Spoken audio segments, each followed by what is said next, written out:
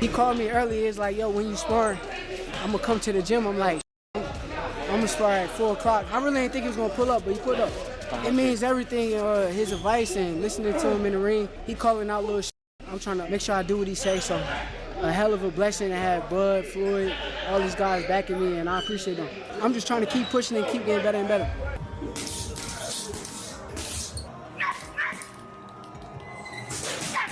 But the most skillful fighter at 135 will be hands down Shakur Stevenson. Coming off a demanding gym session with one of boxing's sharpest minds, Floyd Mayweather finally spoke, and his words are already creating serious buzz. After working closely with Shakur Stevenson, Mayweather shared rare and honest thoughts about what he saw away from the spotlight. He spoke about Stevenson's foot movement, ring awareness, discipline, and mental focus. Floyd's comments suggest this was more than a routine workout, hinting at a moment that could point to something major ahead for Shakur and possibly the sport itself.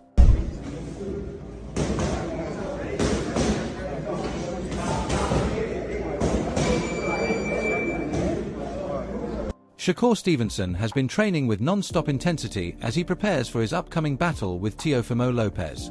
Throughout camp, he has pushed himself both physically and mentally, tightening his technique, adjusting to the higher weight, and sharpening his movement and timing to handle Lopez's power and pressure. He has sparred top-level fighters, including sessions with Terence Crawford, to recreate the challenge he expects. Adding strength training and even skipping holidays shows his full dedication to staying focused on what could be the biggest test of his career.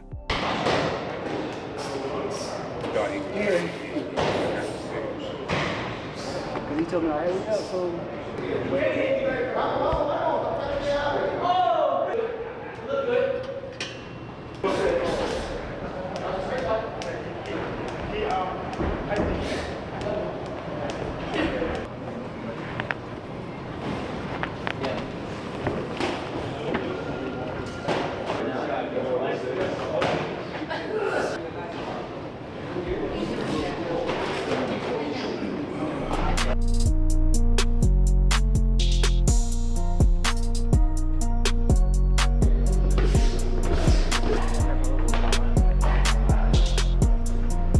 Let's fight.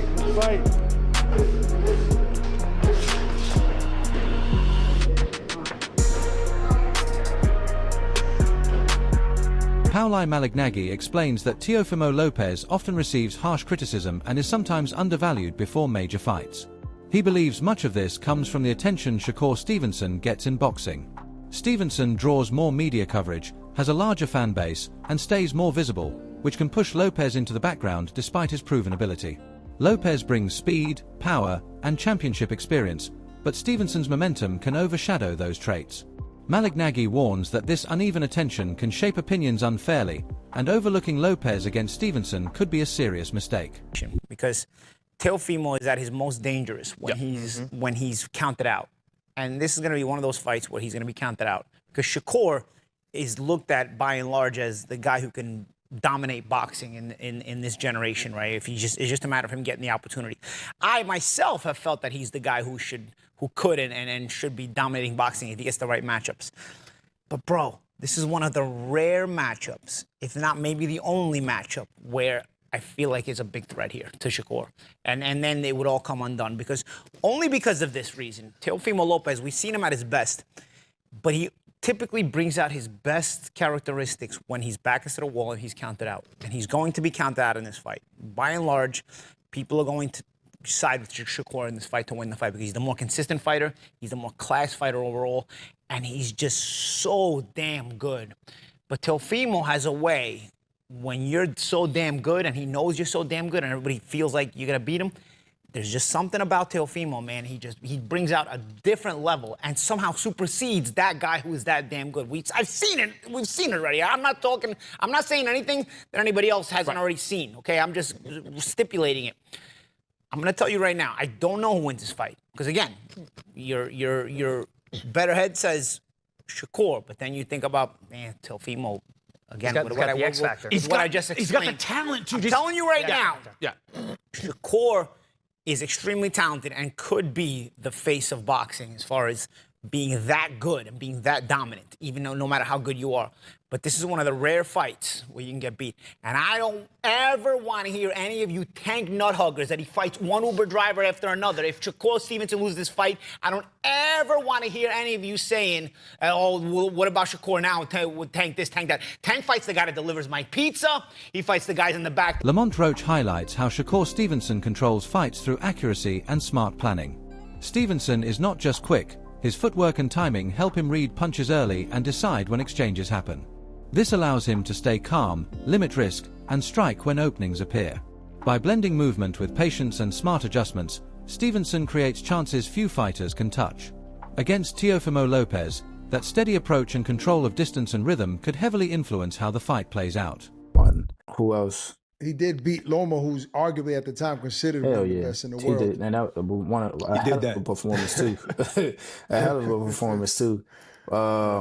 So yeah, I mean, I think he's hit or miss. You got to think he got stuff. He a little cuckoo too. Like he has like a little mental lapses every once in a while. Look at the Kambosos fight. Like that's a fight that people would never expect Kambosos to win.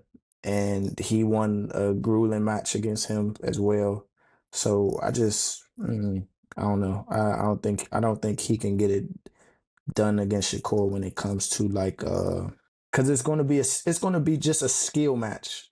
Meanwhile, Teofimo Lopez makes it clear he will not allow Shakur Stevenson to take the title he earned.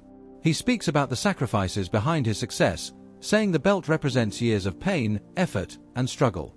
For Lopez, this fight is about protecting what he built through hard work and determination. He believes strongly in himself and is focused on defending his position. Lopez sees this moment as personal, driven by pride, and insists no one can take away what he earned through discipline and commitment. Of being in the ring, yes. Shakur Stevenson, obviously sure. You guys are both in Las Vegas. I'm hearing that you did link up today. A face-off happened between the two of you? Yeah, face-off happened, things of that nature, just to create the things that are in motion already. So we're really adamant about fighting each other next, and I can't wait for us to really lace it up. And I see him across the ring, and really when that bell rings, lights out for him. What's it like seeing him now kind of face-to-face? When you look at him, what do you see? Because obviously you're not locked in just yet, and the closer it gets to a fight, obviously things turn a little bit. But when you do look at Shakur, what do you think of him? I think I don't think too much of it. I think that he believes in himself. That's one thing. But I'm here to destroy his dreams and all that he wants to do and become. You can't take this from me. I worked very hard for it. I've bled for this, and I'm not taking nothing from him, but I just believe that what's gonna happen next is for destiny and the boxing ring to decide. How close is the fight between the two of you, and when could we kind of expect to see you two face each other? I'm ready to fight. Honestly, I could fight tomorrow. I've been staying in the gym. I've been really serious about my work ethic, everything. I hear people say this and that, and those are naysayers. I've done very well for myself at just this short period in time. The fight should happen very soon. And as long as the people on that side, the business side of that side, I just like to fight. Yeah. So let's make it happen. How frustrating is kind of the business side of boxing? Because obviously fighters, as you say, just want to get in the ring, but there's so many hurdles to go over before you get there. And we always hear of fights falling through, fights not happening. Ryan Garcia, for example. How frustrating is it for someone like you? There's detours for a reason, right? There's sometimes roadblocks along the path, and sometimes you get upset because you're like, why is it really like this? It should just, but as you start understanding a little bit more or just realizing certain things, it's out of your reach. I can't control it so much, and, this is why I really am trying to make boxing great again, but hopefully with these networks and everyone else in play. Teofimo Lopez attacks his pad work with constant intensity. Every punch is sharp, controlled, and thrown with speed and power under the watchful eye of legendary trainer Freddie Roach. Lopez stays fully locked in, with focused eyes and precise movements. Roach keeps the pace high, demanding accuracy and discipline with every strike. This session is far from routine, showing serious preparation and Lopez's strong commitment to sharpening his skills for the challenge ahead.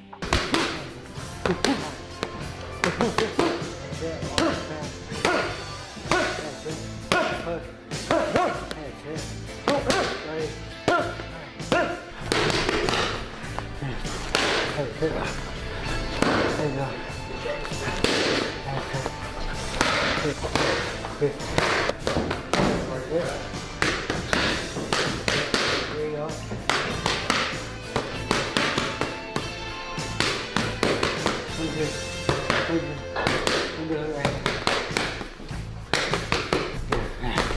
can get to you. Save me. Yeah.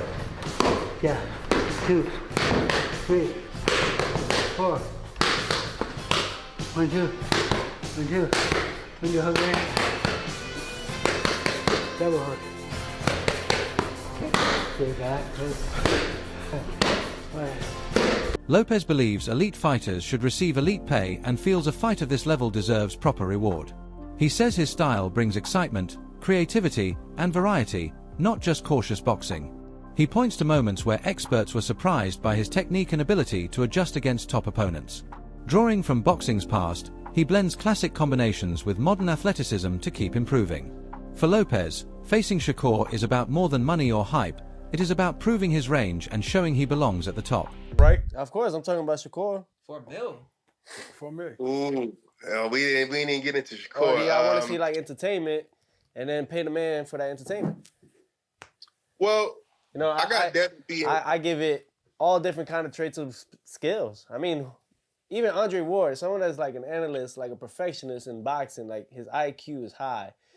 He was even the commentator, like he was surprised how I did that jab where it was like a Superman punch to Josh Taylor, a guy that's undisputed and everything, and just made it look so easy. I bring so many things. I even brought a George Foreman combination now because that's everything. Everything is everything. Like I go back in time because that's where my future is at. And so like as far as like retirement and stuff, honestly, man, it's up to the network. According to the breakdown, the fight may depend on the networks, as it is more likely to go the full 12 rounds than end early. The opening rounds could shape everything that follows. Stevenson may begin cautiously, fighting defensively while studying Lopez before committing fully. This patient start is part of his strategy to read his opponent. If Lopez controls the early rounds clearly, it could force Stevenson to adjust later. The first half of the fight may decide how tactical and competitive the second half becomes. I think that Shakur is going to come out and try to fight or take the fight to Teo in the first 6 rounds at all. So if he's fighting off the back foot, if Teo can make it so that he's convincingly, or he's convinced at least Shakur that he may have won 4 of the first 6 rounds, you know, if it's 4-2 in Shakur's mind going into the second half of the fight, or if I'm looking at him stealing those first 6 rounds, then it's an interesting fight going into the tail end because Teo, to me, is a front runner, right? I want to see if he can carry his energy and his explosiveness late in the fight and not wear down. And then when Shakur starts to open up, you know, can you steal some of those championship rounds from him and make it like a close fight? I think if Teo comes out and does what he usually does, which is try to swarm Shakur early and keep Shakur on the defensive early, then he can try to steal a lot of those early rounds. And if he does that, then Shakur has to fight in the tail end of that fight. Bruce Carrington points out a possible weakness in Teofimo Lopez's style heading into the Stevenson fight.